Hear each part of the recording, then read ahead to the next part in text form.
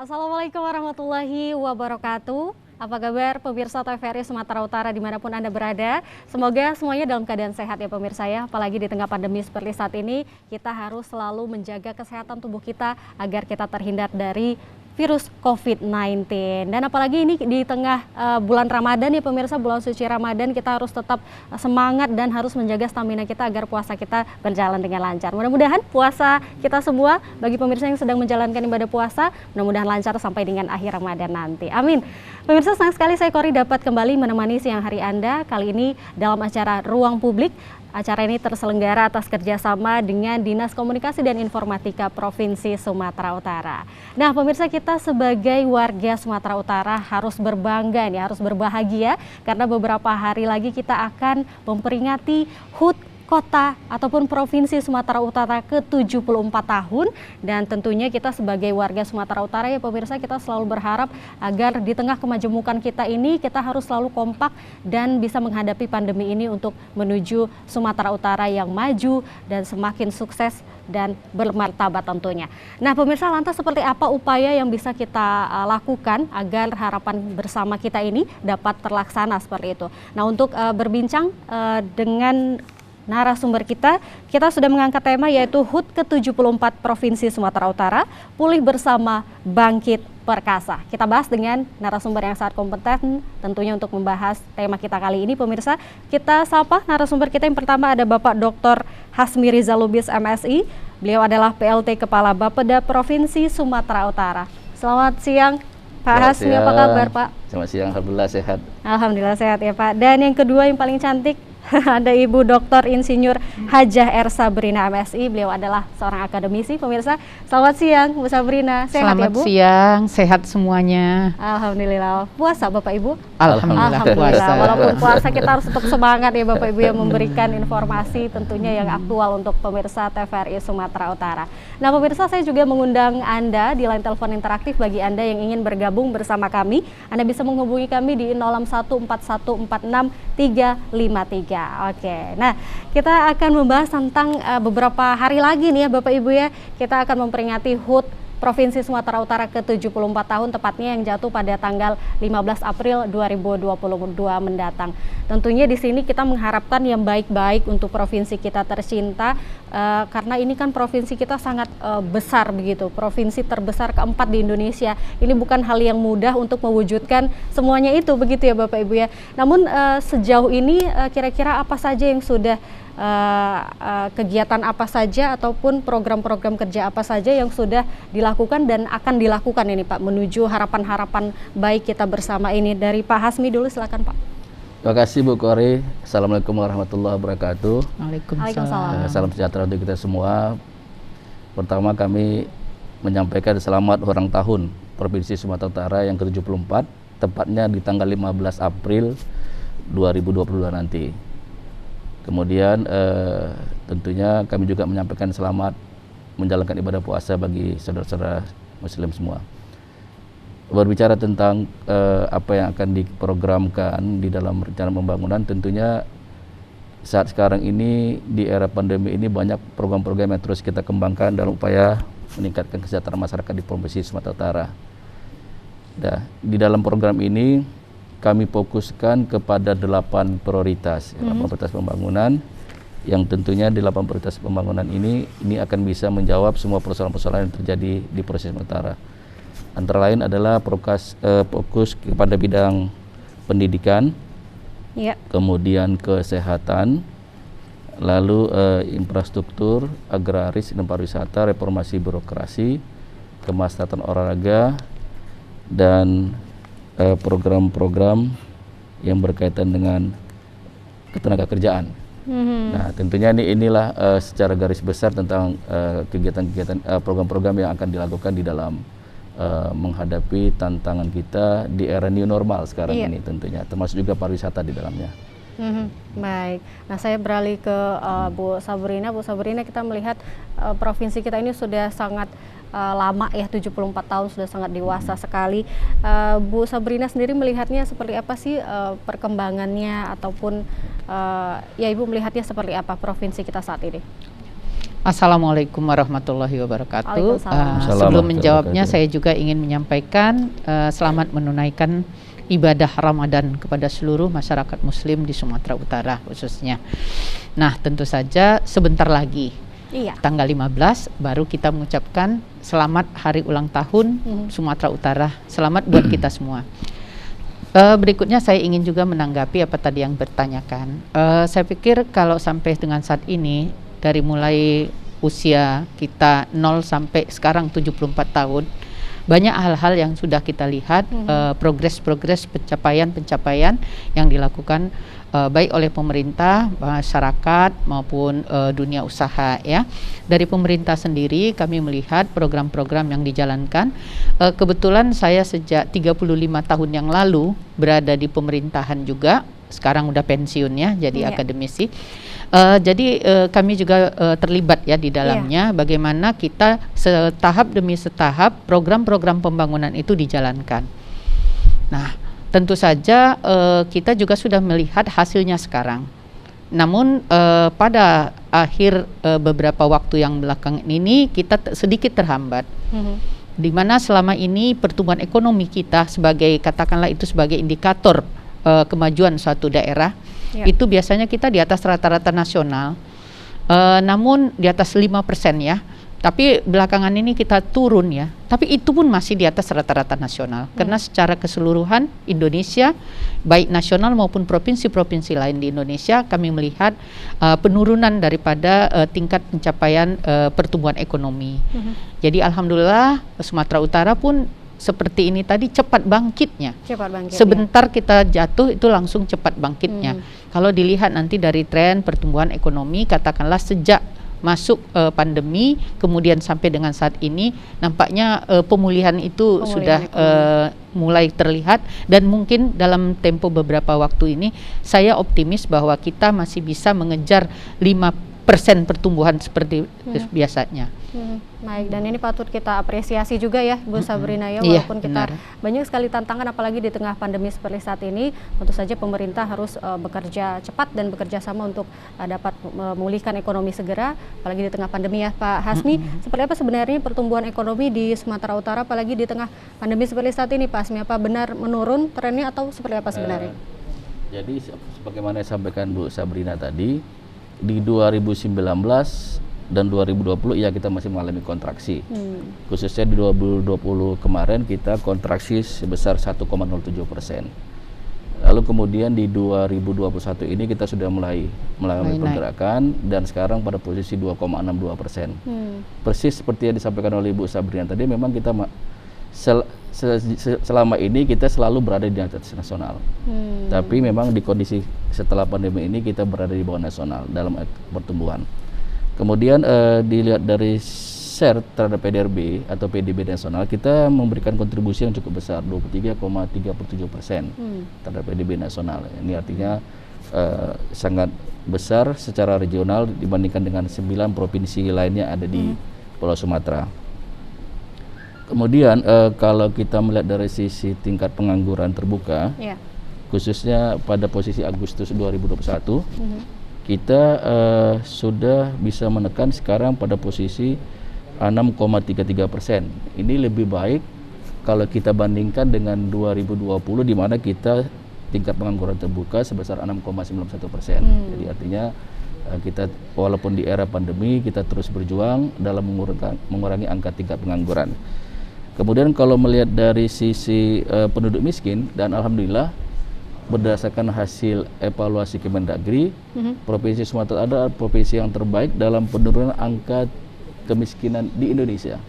Jadi kita peringkat pertama berdasarkan hasil Litbang Mendagri, di mana pada posisi 2021 ini dibandingkan 2020, angka penduduk miskin kita itu turun sekitar 0,65% ya, dibandingkan dengan tahun 2020, di mana pada posisi 2020 kemarin tingkat kemiskinan kita itu sekitar 9,14%, dan di 2021 kita sudah 8,49%. Artinya sekalipun kita menghadapi pandemi COVID-19, program-program kerja dalam upaya mengurangi pengangguran dan penduduk miskin itu masih bisa kita jalankan dengan sebaik-baiknya. Oke. Kira-kira seperti itu, alhamdulillah. Baik.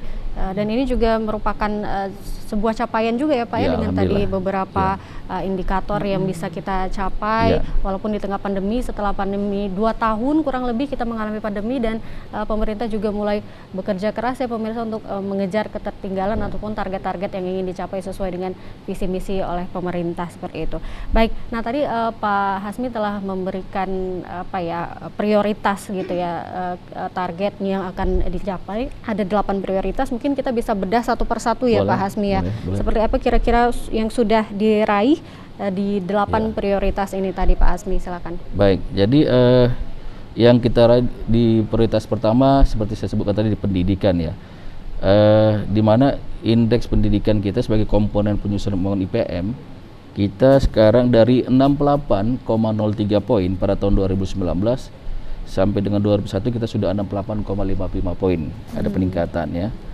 Kemudian kalau kita lihat dari rata-rata lama sekolah dan harapan lama sekolah, ini alhamdulillah terus mengalami peningkatan, dan ini posisinya selalu berada di atas rata-rata nasional, di mana kalau kita lihat dari rata-rata lama sekolah kita tahun 2019 yang hanya 9,45 tahun, kemudian harapan lama sekolah 13,5 tahun, lalu di 2001 bahwa sudah ada peningkatan, jadi rata-rata lama sekolah kita sudah mencapai 9,58 tahun. Kemudian untuk harapan lama sekolah sudah 13,27 tahun. Kemudian kalau kita melihat dari peningkatan indeks pembangunan gender ya, ini di mana indeks ini adalah untuk mengukur pencapaian indeks pembangunan manusia berbasis gender, artinya kepedulian terhadap gender. Di tahun 2019 kita 90,67 poin, ini meningkat menjadi 90,73 poin pada tahun 2021. Kemudian kalau kita lihat lagi dari akses dan kualitas pendidikan, ini pembangunan unit sekolah baru, baik itu menengah, kejuruan dan khusus. Di tahun 2019 kita programkan 4 sekolah dan sudah selesai.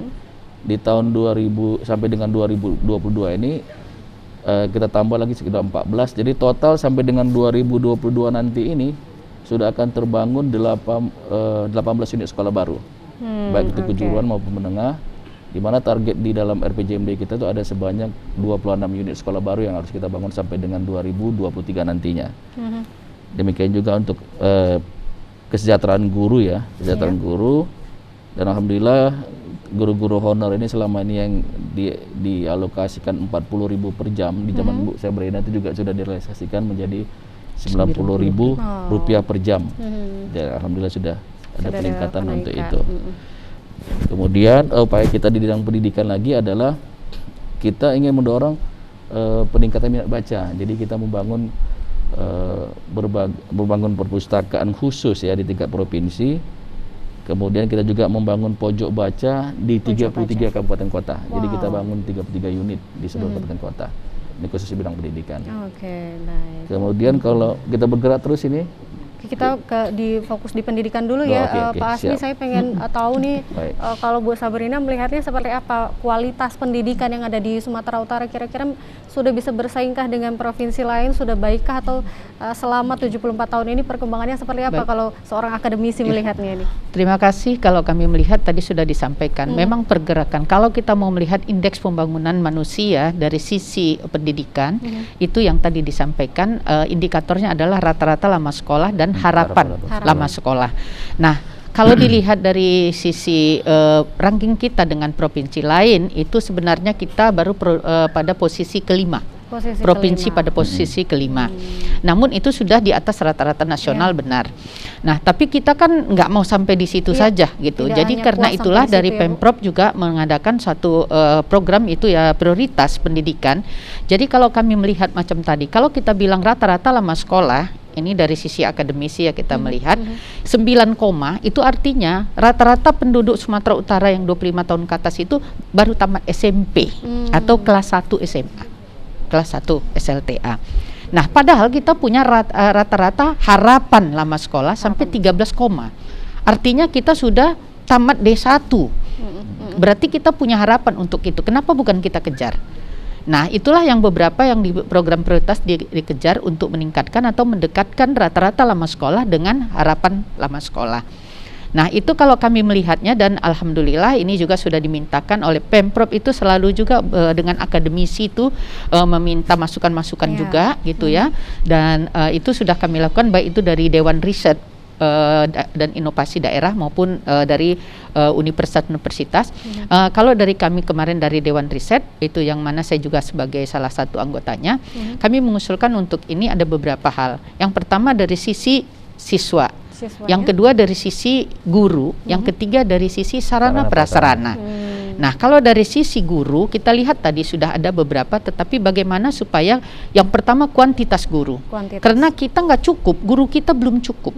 Jadi kasihan sekolah-sekolah yang di pedesaan, anak-anak kita yang di pelosok-pelosok ya.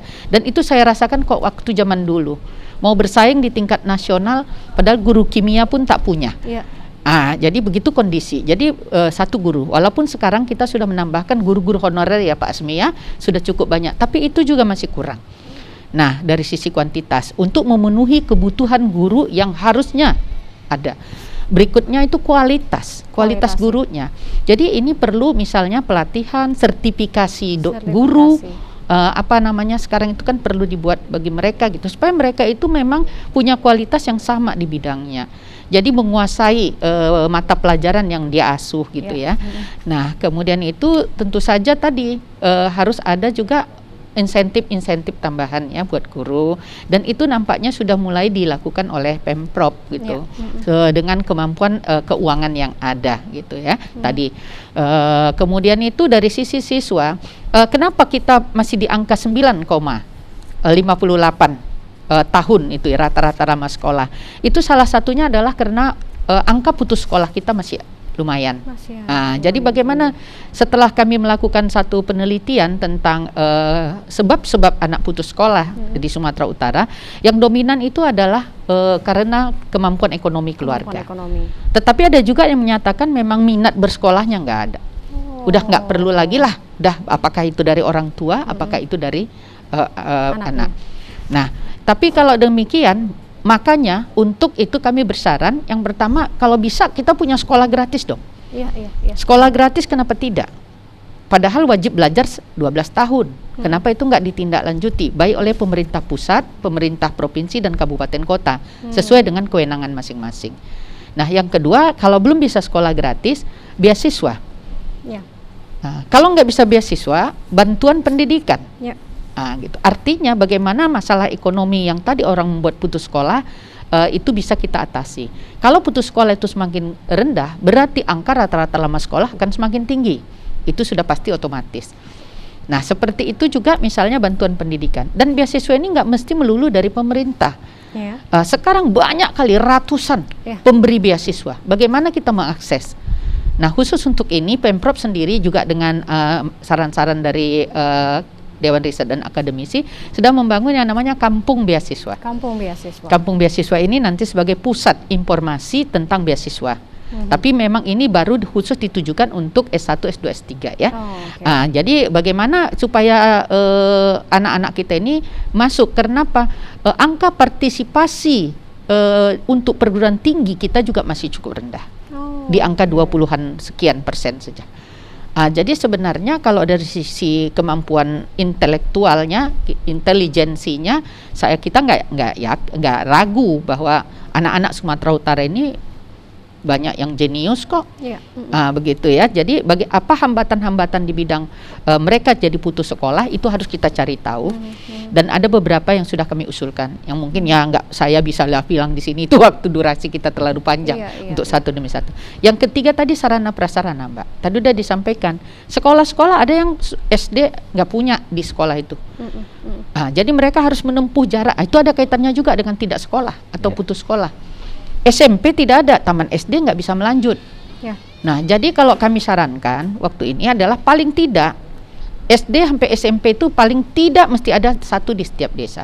Tapi masalah kita, masalah desa-desa itu kadang-kadang nggak bisa ini ya, banyaknya anak di satu desa itu nggak cukup gitu untuk membuka satu sekolah. Mungkin gabungan dari beberapa desa terdekat. Nah, itu juga. Kemudian untuk paling tidak satu kecamatan itu harus ada satu SMK kah, SMA kah Jadi inilah yang sekarang sedang dikejar oleh Pemprov Su yang secara bertahap untuk membangunnya itu. Jadi sarana prasarana. Dan jangan lupa kalau bangun sekolah itu bukan hanya sarana prasarana sekolah, jalan dan jembatan menuju sekolah itu ada tidak? Tembus tidak? Kalau enggak bagaimana? Oke, dibangun jalan dan jembatan. Sekarang moda transportasinya ada tidak? Jadi harus ada. Kalau sebelum ada mungkin moda transportasi, mungkin bagaimana kalau Pemkab, Pemko atau perusahaan-perusahaan swasta itu mau mengapa membuat namanya bus sekolah gratis? Itu kan nggak aneh. Sekarang aja banyak perusahaan perkebunan kita itu membuat bus sekolah untuk anak-anak karyawannya disekolahkan ke luar gitu dengan bus sendiri. Artinya ada sistem transportasi yang meringankan orang untuk bisa bersekolah. Jadi kalau ketiga-tiga ini bisa dijalankan, kami optimis bahwa tingkat rata-rata lama sekolah Sumatera Utara saya yakin bisa melejit. Karena orang-orangnya pada prinsipnya mau bersekolah. Tetapi mungkin banyak problem tadi ya, ekonomi, sarana prasarana dan lain sebagainya. Itu pandangan kami. Baik, dan benar sekali, saya juga setuju apa yang dikatakan Bu Sabrina. Dan memang ketiga itu tadi harus benar-benar sinergi begitu ya Bu ya, harus benar-benar semuanya terpenuhi begitu. Kalau dari pemerintah sendiri Provinsi Sumut bagaimana tuh Pak untuk ketiga kategori itu tadi yang disampaikan Bu Sabrina, apakah memang sudah dijalankan atau masih ada target yang perlu dikejar? Jadi sebenarnya banyak diskusi kami juga terkait dengan katakanlah kita akan membangun unit sekolah baru ya. Unit sekolah baru ini bagian dari sarana prasarana yang sampai disebutkan Bu Sabrina tadi. Jadi ketika kita merencanakan untuk membangun unit sekolah baru, katakan di satu kabupaten kota, kecamatan tertentu misalnya, tantangan tersulit kita adalah kapasitas murid dan jumlah guru juga harus menjadi pertimbangan. Jadi tidak serta-merta kita merencanakan itu memenuhi seperti apa yang menjadi harapan kita. Idealnya kan kita harus, sebenarnya kita bercita-cita idealnya adalah satu kecamatan, satu SMA misalnya seperti itu. Namun kemudian karena pertimbangan jumlah murid dan siswa, guru juga menjadi satu faktor pertimbangan ketika kita akan membangun satu unit sekolah baru. Nah di sisi lain bahwa dengan adanya pembagian kewenangan antara pemerintah kabupaten kota dan provinsi dengan juga nasional, bahwa di dalam proses pembangunan sekolah ini kita sangat mengharapkan sekali dukungan teman-teman kabupaten kota, utamanya bupati dan wali kota dalam hal penyediaan lahan. Itu bagian dari satu syarat kriterianya gitu. Baik, kita tahan dulu Pak, kita angkat telepon dulu, ini ada telepon masuk. Halo, selamat siang. Iya, sayang sekali terputus. Bila bisa dicoba lagi ya Bapak Ibu, silakan menghubungi kami di 061 4146 353. Sekali lagi 061 4146 353. Kita masih membuka line telepon interaktif bagi Anda yang ingin bergabung bersama kami berdiskusi ataupun sharing tentang HUT ke-74 Provinsi Sumatera Utara yang sebentar lagi akan kita gelar ya pemirsa 15 April 2022 mendatang. Tentunya kita mengharapkan semua aspek ini dapat ada kemajuan lah setidaknya ya selama 74 tahun dan ke depannya kita harapkan bisa menjadi yang unggul seperti itu. Ini kan kalau pendidikan di perkotaan aksesnya ya cukup mudah seperti itu ya Pak. Kita fokusnya ini di pedesaan ini memang miris sekali, banyak sekali yang memang masih susah akses menuju sekolah, tidak ada sekolah, bahkan ada sekolah pun susah aksesnya, harus melewati jembatan, banyak sekali informasi yang beredar seperti itu ya Ibu dan Bapak. Ini mudah-mudahan pemerintah kita juga semakin melek terhadap informasi-informasi seperti itu ya Pak ya, dan mudah-mudahan akan ada jalan keluar dari permasalahan-permasalahan ini seperti itu. Baik, kita beralih ke fokus yang lain mungkin setelah pendidikan, kita ke kesehatan. Pak Hasmi, seperti apa untuk target kesehatan kita di Provinsi Sumatera Utara, apalagi ini di tengah pandemi, tentunya fokus kesehatan kita semakin gencar seperti itu Pak Hasmi. Ya, terima kasih ya. Jadi kami berharap masyarakat tetap disiplin ya untuk menerapkan protokol kesehatan. Apalagi hari ini kita menganggap bahwa situasi COVID sudah melandai, memang betul iya. Tetapi kita tetap waspada, tetap harus menerapkan protokol kesehatan, di mana masyarakat harus disiplin. Ini bagian dari upaya kita untuk menggerakkan pembangunan, karena tanpa masyarakat yang sehat, apapun yang kita kembangkan itu akan menjadi tantangan bagi kita untuk keberhasilannya. Iya. Nah, di mana pada tahun ini di dalam prioritas pembangunan kesehatan kita ini, kita mempunyai target khususnya indeks kesehatan, di mana target kita dari kita mempunyai capaian di tahun 2019 indeks kesehatan kita 75,31 poin, dan alhamdulillah di 2021 kita sudah mencapai 75,74 poin ya. Kemudian yang berikutnya adalah khusus untuk usia harapan hidup. Usia harapan hidup kita sekarang ini sudah 68,5 tahun 2019, dan tahun 2021 ini sudah mencapai 69,23 tahun. Nah, di mana oleh kesempatan ini kami ingin menjelaskan bahwa upaya-upaya atau program-program yang terus kita kembangkan dalam upaya meningkatkan kesehatan derajat kesehatan masyarakat ini, yaitu memaksimalkan penanganan COVID-19 dengan 3T. Apa saja itu, Pak?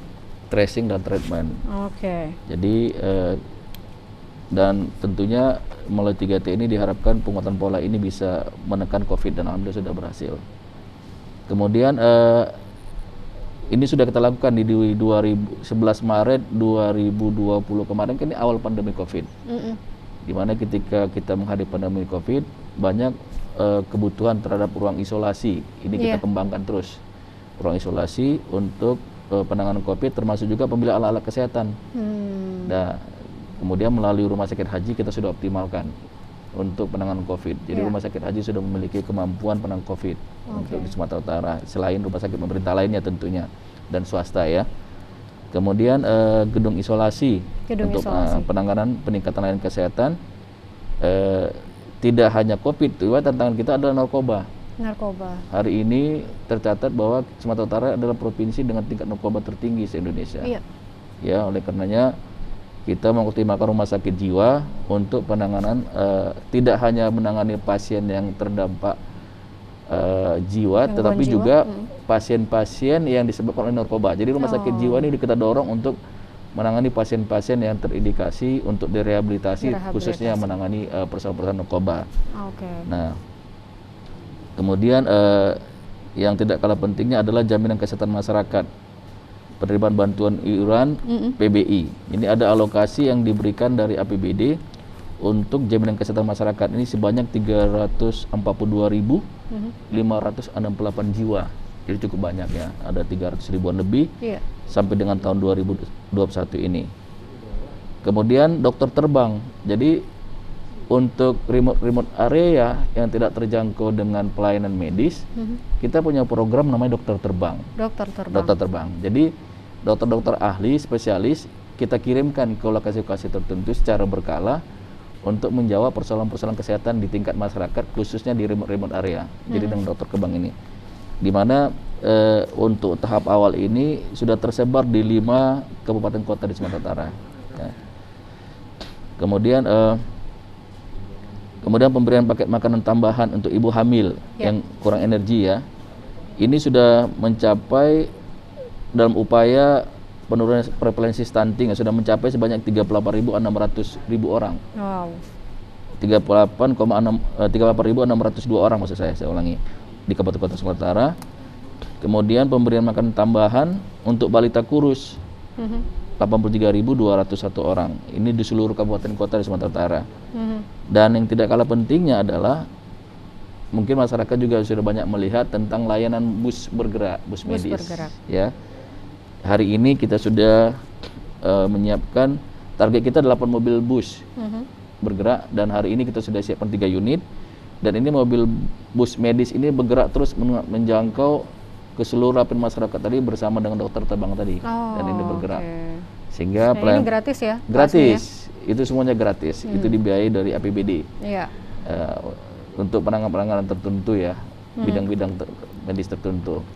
Seperti bibir sumbing, kemudian persalinan, kemudian upaya-upaya kesehatan dasar lainnya lah. Yang tentunya yang bisa dilayani dengan pelayanan bus medis bergerak ini. Artinya upaya kita bagaimana masyarakat itu bisa terjangkau dari sisi pelayanan, khususnya kesehatan.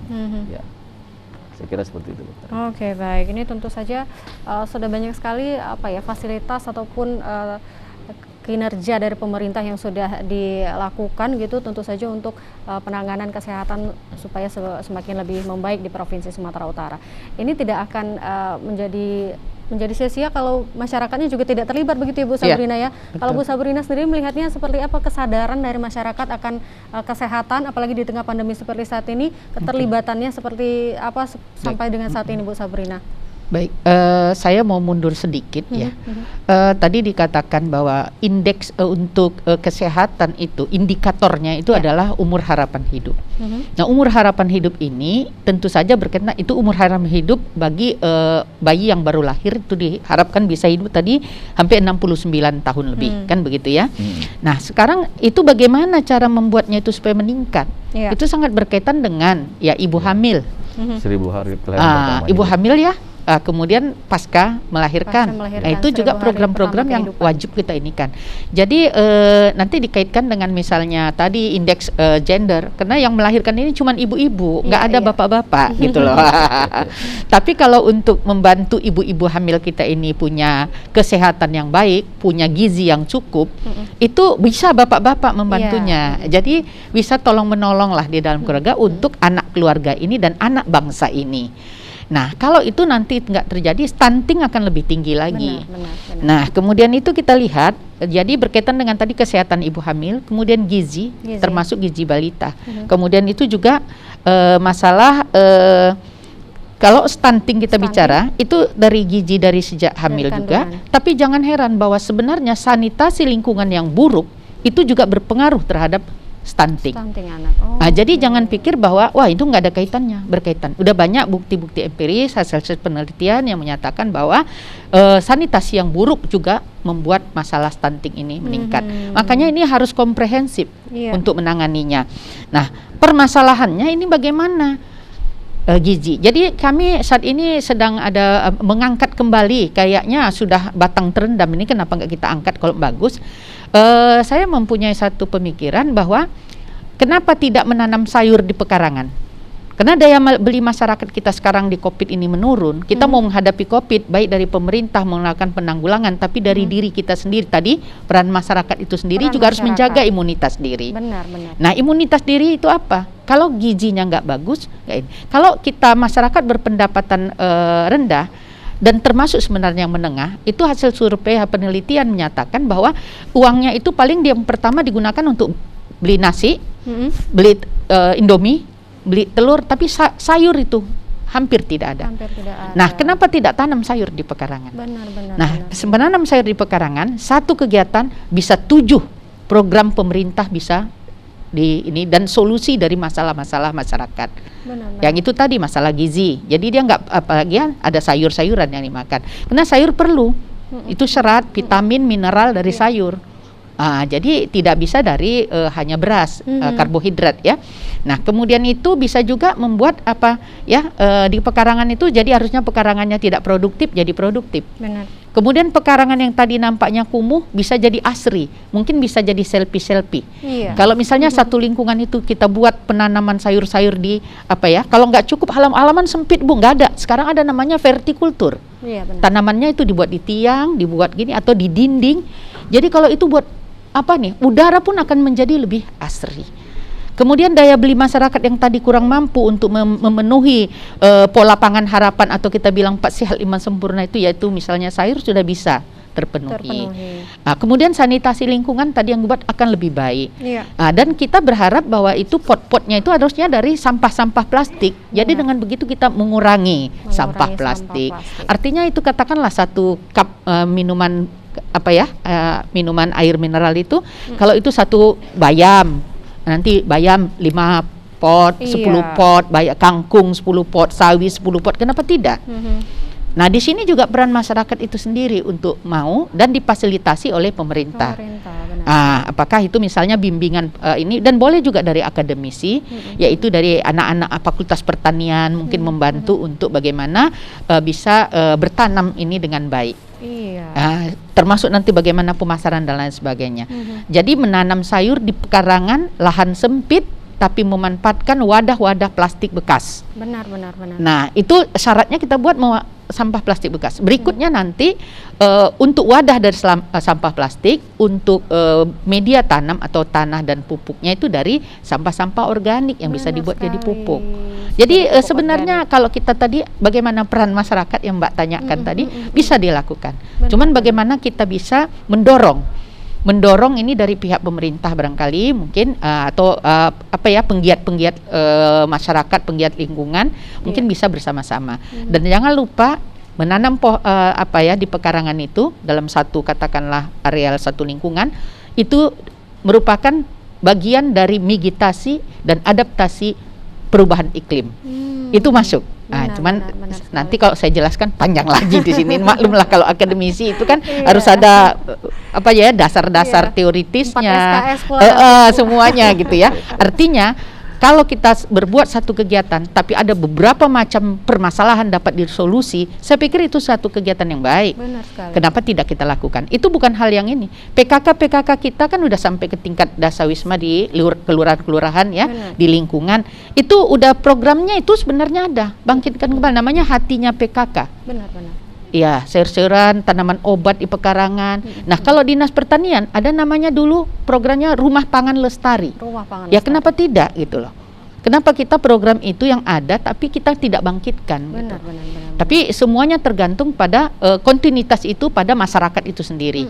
Kalau masyarakat itu hanya waktu diberi program atau diberi kegiatan, oke, habis itu terus habis. Nah, itu jadi kembalilah peran serta masyarakat yang bagaimana dia membuat dirinya sehat, dibantu oleh pihak-pihak lain. Saya pikir demikian. Benar sekali. Jadi memang benar ya pemirsa. Jadi apa yang dikatakan Ibu Sabrina tadi bisa membuka kembali pikiran kita bahwa iya benar sekali kesehatan itu berawal dari diri kita sendiri dan dari rumah tangga juga bisa ya Bu ya, dengan cara menanam sayur di pekarangan rumah seperti itu. Sebenarnya pemerintah juga sudah memfasilitasi, ada program kerja yang memfasilitasi tentang itu ya pemirsa. Untuk itu kita sebagai masyarakat juga harus aware begitu ya, harus ada keterlibatan kita walaupun pemerintah sudah memberikan fasilitas, kita juga harus ikut terlibat, harus kontinuitas seperti yang dikatakan Bu Sabri. Karena kalau untuk sekali saja setelah itu tidak sama sekali seperti itu, untuk apa ya pemirsa, harus tetap berlanjut agar kesehatan tetap terjaga dari diri kita sendiri untuk bangsa kita seperti itu. Nah sebenarnya Pak, kalau dari pemerintah sendiri memang sudah ada program kerja seperti itu ya Pak Asmi? Ya, jadi bahkan kita sudah punya perda tentang Gema Pangan namanya. Gema Pangan, benar. Gerakan Masyarakat Mandiri Pangan. Mandiri Pangan. Ya. Jadi melalui Gema Pangan ini kita berharapkan masyarakat bisa mandiri. Enggak kedengeran ya? Untuk menyiapkan kebutuhannya. Seperti yang disampaikan oleh Bu Sabrina tadi, memanfaatkan pekarangan atau tanah-tanah yang kritis, yang kosong, itu bisa digunakan untuk penyediaan kebutuhan minimal, pemenuhan kebutuhan pangan sehari-hari lah. Benar. Sayur-sayuran yang mudah ditanam dan mudah dipanen dan langsung oleh mereka. Nah, ini juga membantu dalam meningkatkan ketahanan ekonomi keluarga. Dalam di saat kita mengalami pandemi seperti saat sekarang inilah. Tentunya harapan kita ini, himbauan kita ini juga masyarakat bisa tergerak untuk melakukan upaya gerakan Mandiri Pangan ini. Kita mulai dari kita. Kemarin di awal-awal pandemi kita melihat di hampir seluruh lapisan masyarakat sudah mulai menanam dengan fertilizer tadi yang disebutkan oleh Bu Sabrina. Tapi sekarang saya lihat sudah mulai memudar kembali. Mudah-mudahan ini bisa kita dorong kembali. Mulai kesempatan ini kita himbau masyarakat kita untuk mulai gerakan itu kembali. Kira-kira seperti itu. Oke, baik. Nah, pemirsa, mungkin ada yang ingin Anda pertanyakan ataupun Anda ingin membagikan dengan narasumber kita di sini, boleh ya pemirsa, bisa menghubungi kami di 061 4146353, sekali lagi 061 4146353, ataupun ada keluhan Anda yang ingin Anda sampaikan di lingkungan Anda seperti apa, harapannya untuk Provinsi Sumatera Utara kita seperti apa, boleh ya pemirsa, bila bisa langsung bergabung bersama kami.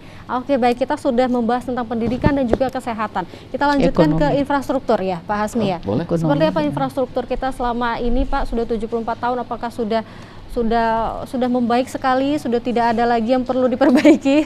Saya rasa tetap ada ya, walaupun sudah banyak sekali program kerja yang sudah dilakukan oleh pemerintah, tapi tetap ada yang harus diperbaiki kembali, harus lebih bagus lagi seperti ya Pak Asmi. Seperti apa sebenarnya Pak? Boleh disampaikan kepada pemirsa? Ya, jadi kami harus menyadari memang bahwa kondisi infrastruktur kita tidak semaksimal atau tidak seideal yang diharapkan oleh masyarakat, ya. Kita tidak mengatasnamakan COVID, tapi karena situasi COVID juga kita harus berpikir ulang dalam menata program ketika itu. Seperti yang saya sampaikan di 11 Maret 2020 kemarin, kita kan mulai berkonsentrasi untuk melakukan penanganan khususnya pandemi COVID, ya. Dimana pada saat kondisi seperti ini kita dituntut untuk melakukan relokasi dan realokasi dan refokusi anggaran, dalam upaya kita mengantisipasi lonjakan COVID yang akan berdampak kepada sendi-sendi perekonomian karena dampak dari sakit pandemi ini. Namun ya alhamdulillah,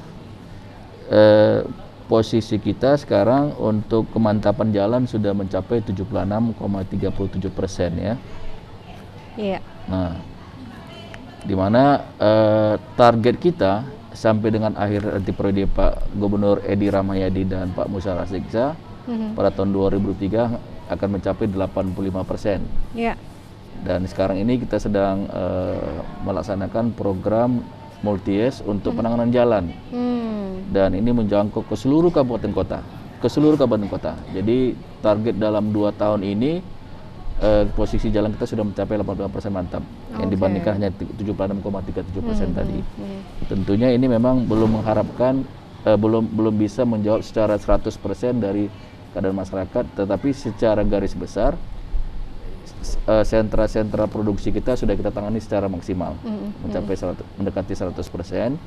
Pariwisata kita juga, kemudian di jalan yang akses menuju antar kabupaten kota juga kita maksimalkan semakin baik. Iya. Kemudian daerah-daerah sentra produksi kita yang seperti saya sebutkan tadi. Jadi ini fokus-fokus kita, termasuk juga sentra-sentra pertanian kita. Fokus-fokus dalam upaya kita menjawab kebutuhan infrastruktur khususnya ke 4 lokasi tadi. Benar. Sehingga diharapkan dengan adanya peningkatan kualitas infrastruktur ini mendorong peningkatan perekonomian sebagai bagian dari upaya efek. Karena akan ada kunjungan wisatawan di daerah yang wisatanya bagus, karena infrastruktur yang bagus seperti Bahorong misalnya. Iya. Nah sekarang Danau Toba juga sudah bagus sekali, infrastruktur jalan, mungkin kita bisa berkunjung, mungkin lebaran ini akan cukup padat ini untuk di Danau Toba dan Bahorong tentunya. Kemudian juga untuk daerah-daerah produksi pertanian yang kita anggap potensi, kita bangun juga untuk lebih cepat, sehingga penanganan infrastruktur kita khususnya daerah-daerah yang saya sebutkan tadi itu bisa lebih baik. Benar. Di samping itu juga kita sudah mengoptimalkan bagaimana peningkatan kualitas terminal kita. Jadi terminal di Kabanjahe sudah kita bangun, dan tahun ini kita rencanakan di Bahora kita bangun juga untuk daerah-daerah wisata kita nih kita fokuskan sebagai terminal yang baik sehingga masyarakat bisa menikmati terminal yang bagus.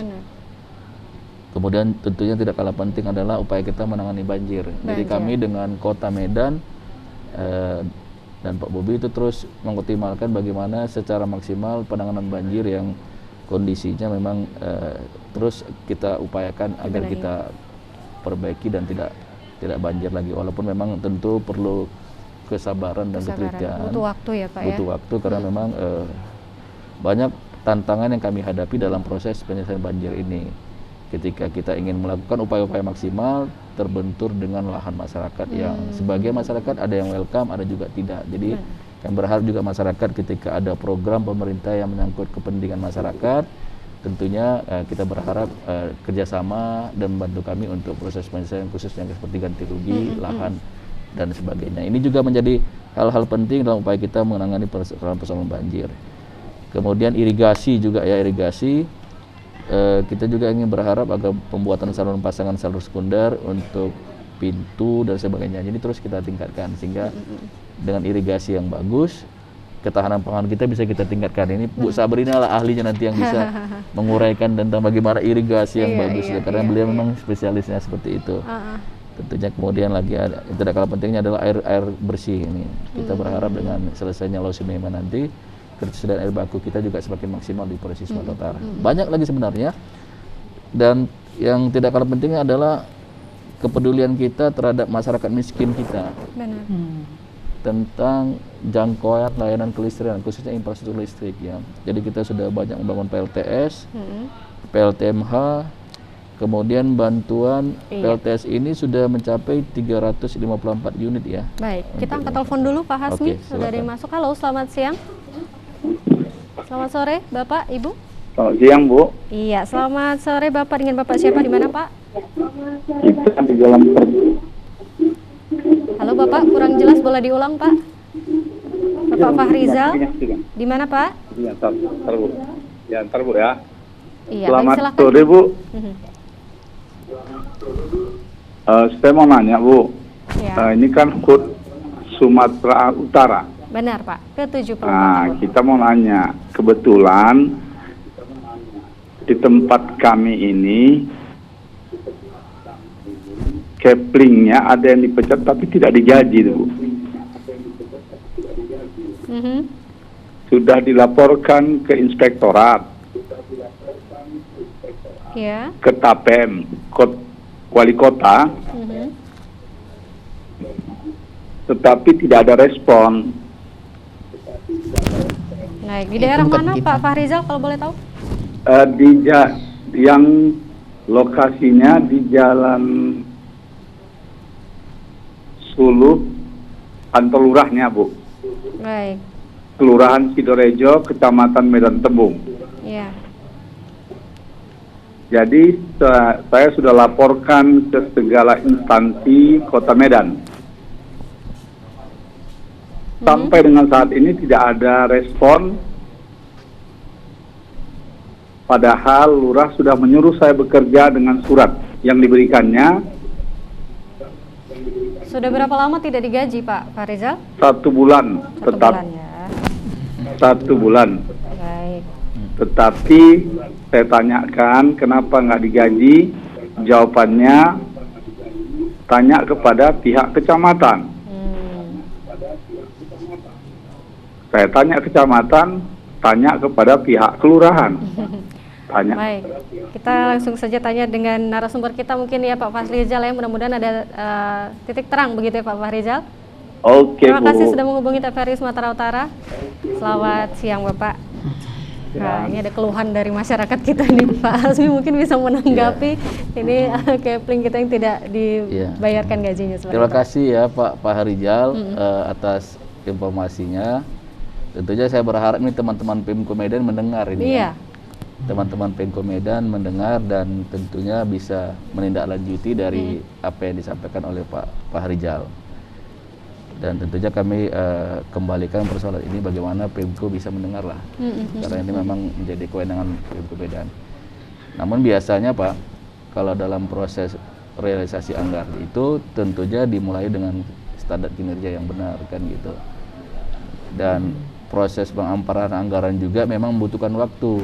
Biasanya administrasinya lengkap, dokumen-dokumennya lengkap, pertanggungjawaban lengkap, kemudian disampaikan dan diproses oleh katakanlah dari tingkat kelurahan, kemudian kecamatan, kemudian mengajukannya langsung kepada Badan Pengelola Keuangan tentunya. Mulai Badan Pengelola Keuangan inilah yang nanti akan memproses dan merealisasikan dengan menerbitkan SPM namanya. Tentunya nih sekali lagi kami berharap teman-teman Pemko ini mendengar nih apa yang disampaikan Pak Fahrizal, sehingga mudah-mudahan bulan depan, bulan ini juga bisa terrealisasi Pak ya, yang gajinya sebulan, doa kami seperti itu. Amin. Saya kembalikan Bu Farid. Baik, ini tidak terasa nih waktu kita sangat singkat ya Bapak Ibu. Ini sudah di penghujung acara. Mungkin harapan saja ini untuk untuk Provinsi Sumatera Utara kita tercinta, dari Bu Sabrina dulu, harapannya seperti apa Bu? Baik, tentu saja harapan kita semua program-program pembangunan itu dapat dijalankan dan dapat diadopsi di tengah masyarakat. Nah, kalau itu terjadi, bahwa tentu saja capaian-capaian untuk meningkatkan kesejahteraan masyarakat itu ada. Karena pada prinsipnya pembangunan itu tujuan utamanya adalah meningkatkan kesejahteraan. Jadi apapun programnya yang mau dilakukan itu bermuaranya itu kepada peningkatan kesejahteraan. Nah, sejahtera tadi apa? Manusianya bisa hidup sehat, berpendidikan, punya ekonomi yang bagus dan lain sebagainya. Sementara juga termasuk administrasi pemerintahan yang macam tadi bisa dijalankan gitu ya. Jadi kalau menunjuk Bapak yang Pak Rijal, saya ikut sedikit ya Pak, sabar Pak, baru 1 bulan ya Pak ya. Mungkin seperti kata Pak Asmi tadi, bahwa kadang-kadang administrasinya ini belum bisa dikeluarkan demikian saja karena keuangan pemerintah atau negara ini itu administrasi keuangan itu wajib ditaati, dilengkapi dulu supaya bisa terjadi. Jadi hal-hal seperti ini pun yang saya maksud, harapan saya ada pemahaman yang sama masyarakat dengan pemerintah terhadap program-program maupun pendanaan-pendanaan yang ada. Demikian, Bu. Terima kasih Bu Sabrina. Mungkin dari Pak Hasmi singkat saja untuk harapan kita. Kami berterima kasih kepada seluruh masyarakat Provinsi Sumatera Utara ya atas dukungan dan kerjasamanya selama ini dalam upaya kami memberikan masukan dan saran-saran dalam mencapai target-target pembangunan di Sumatera Utara.